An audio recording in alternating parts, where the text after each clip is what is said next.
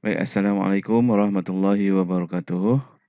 So hari ini kita akan mengkaji proses pengoksidaan dan penurunan. Okey, proses pengoksidaan dan penurunan ni kita akan tengok apa yang berlaku dekat proses pengaratan besi ya. Kamu lihat eksperimen pengaratan besi ni, kamu boleh layari YouTube . So kamu tengok dekat eksperimen YouTube dekat pengaratan besi ya, okey. So kita tengok seterusnya. Okey, fenomena pengaratan besi yang selalu dalam kehidupan seharian adalah seperti kita tengok di sini ya. Ini kita dapati sebuah rumah ni, rumah usang lah ya. Kalau kita tengok ni bumbung ni. Bumbung ni kalau kita panggil bumbung zinc lah . Bumbung zinc yang diperbuat daripada besi. Okey, besi ferrum besi yang disalut dengan zinc. Sepatutnya besi dengan zinc ni dia tak karat, tapi last dia karat. So timbul persoalan kenapa dia karat. Okay, jom kita tengok apa yang berlaku sebenarnya. Sebelum kita pergi tengok pengaratan, so di sini cikgu nak highlight kat kamu kakisan ni, perkataan kakisan ni. Okey, pengaratan sebenarnya dia berlaku hanya untuk besi saja. Besi kita panggil berkarat, tapi untuk logam lain kita panggil dia kakisan. Di mana kakisan ni adalah sebenarnya proses mengayon lah. Proses mengayon sebagai contoh, kita tengok kat sini magnesium akan terkakis, dia akan menghasilkan ion magnesium. Okey, atom magnesium dia akan menderma elektron, dia akan menghasilkan ion. Okey, so kakisan logam adalah proses di mana logam akan kehilangan elektron, atom logam akan kehilangan elektron, membentuk ion. Mengikut teorinya, semakin di atas kedudukan dalam siri elektrokimia, so sebelah kanan ni adalah merupakan siri elektrokimia ya. Ni semua siri elektrokimia. So kalau kita tengok zinc dia duduk di sini.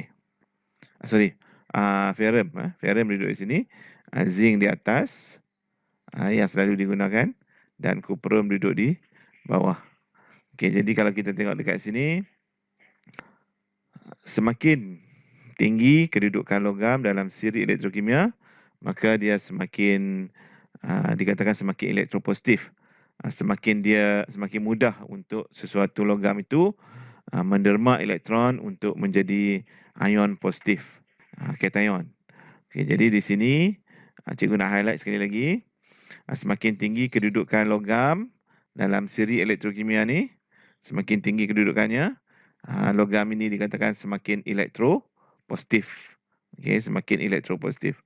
So elektropositif ni merujuk kepada keupayaan sesuatu logam itu untuk menderma elektron ditolak elektron untuk membentuk kation. Okey, jadi semakin di atas semakin mudahlah sesuatu logam itu terkakis ataupun mengayon. Okey, jadi pengaratan kalau kita nak kaji ni adalah satu tindak balas redox. Kenapa dia dikenali sebagai redox? Okey, kita akan tengok sebentar lagi ya. Okey, pengaratan besi secara amnya kita tengok. Syarat untuk pengaratan besi mesti ada, of course lah, kita mesti ada besi lah. Besi sendiri, kalau tidak nak karat macam mana, tak ada besi kan. So kita mesti ada air dan juga kita mesti ada oksigen. Okey, ini tiga benda ni adalah merupakan syarat untuk pengaratan besi lah. Okey, kalau tak ada air tak jadi karat, dan begitu juga tak ada oksigen tidak boleh berkarat. Proses pengaratan tak berlaku. So kita tengok macam mana besi ni berkarat. Okey, besi ni akan mula berkarat apabila ada crack ataupun ada rekahan di bahagian permukaan besi. Proses yang pertama, disebabkan besi ni besi ferrum disebabkan besi ni dia logam, maka dia sendiri akan mengayon menjadi ion ferrum. Maksudnya ferrum akan mengayon menjadi ion ferrum 2. Okey, proses ini kita tengok kat sini, kita dah tahu proses ini adalah proses pengoksidaan.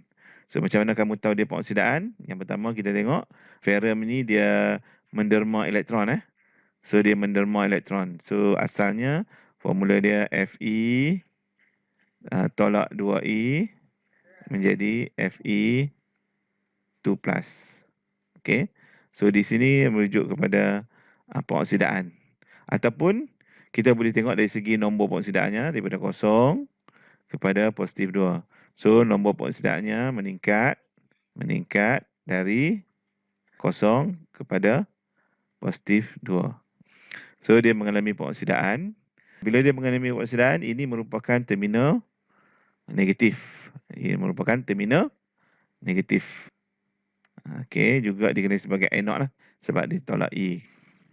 Okey, manakala pada satu bahagian lagi, bahagian lain pada masa yang sama, kalau kita tengok dekat sini, kita ada elektron dibebaskan semasa proses pengoksidaan ferrum ni. Ada elektron dibebaskan. So elektron yang dibebaskan ni akan diterima oleh oksigen dan air, akan diturunkan menjadi ion hidroksida. So ini adalah proses penurunan ya. Okey, persamaan ion keseluruhan. So kita ambil proses pengoksidaan ferrum menjadi Fe2+, dan juga proses penurunan di katot ni. So kita buat persamaan keseluruhan, persamaan ion keseluruhan. So dia akan jadi, kita buat macam ni lah, kita susun macam ni. Tujuan ni kita nak hapuskan elektron ni. So jadi bahagian ferrum ni kita perlu kali 2 lah. Semua bahagian ni kita kali 2. Maka jadilah yang ni jadi 4. Okay, so cikgu tulis kat sini, sebelah sini. So apa yang berlaku ialah di sini dia jadi 2Fe menghasilkan 2Fe2+, dan 4 4E. Sebab kita dah kali 2 sini kita kali 2 sini. So semua ni akan jadi sorry. Okey, yang sebelah satu lagi ni, kalau kita tengok oksigen. Oksigen ni kita tak perlu kali lah sebab dia memang 4E kan. So kita tulis balik O2 tambah 2H2O tambah 4E dapat 4OH. Kita matikan E ni. So yang lain kita bawa turun. So dia akan jadi macam ni lah. Okay, ni semua turun 2Fe tambah O2, okay, tambah 2H2O, okay, akan menghasilkan 2Fe+, 2Fe2+, okay, dan 4OH negatif. Sekali lagi oksigen di bahagian zat air ni, oksigen. Okay. Kemudian berlaku proses pengoksidaan ferrum tadi. So ion ferrum dibebaskan.